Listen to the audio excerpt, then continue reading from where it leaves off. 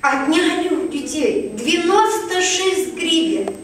Тот юрист, который министр юстиции встал, что снять с детей войны, у меня есть декларация, он писал, 50 тысяч материальной помощи, а зарплата огромная. И депутаты получают не 37 тысяч, а 59 тысяч с добавками. Вот 3 депутата. Первый созыв у него 35 тысяч, второй созыв ему за второй добавляют, третий созыв ему еще за второй, за третий добавляют. В общем, 59 тысяч.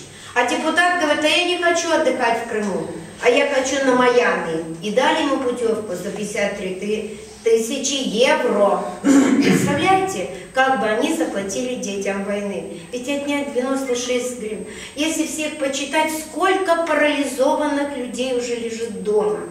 В воскресенье оформили соседу, чтобы подать на суд, а вчера мы его хоронили. Вы представляете, неужели? Подали на суд, а суд пока пенсионный думал, когда насчитать, он уже умер. Жена пошла на него получать, суд присудил. Она говорит, умер, мы еще не насчитали. Если бы мы насчитали, тогда бы мы выплатили. Видите, как относятся безобразно к детям войны. Я считаю, что это самая бедная, минимальные пенсии у всех. Вот я не вижу, чтобы больше 1000 получали, очень редкие.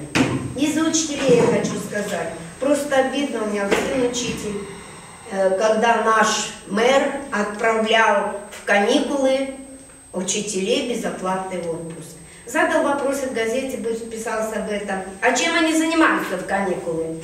Завгороно отвечает, как чем. Календарный план надо же написать, наметить, что на целое полугодие, всю программу расписать по своему предмету, в учебнике туда включить. План воспитательной работы написать, на метод объединения сходить, все.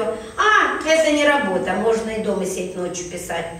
И они говорят, но ведь у меня есть учителя, муж и жена. И за 2 недели они не принесли заработную плату. А чем кормить семью? Я слышала этот Верховная Рада, когда решала вопрос, чтобы учителя тоже были госслужащими. И стоят же наши бывшие ученики и говорят, да что такое, у них 18 часов ставка, а что он получает за 18 часов?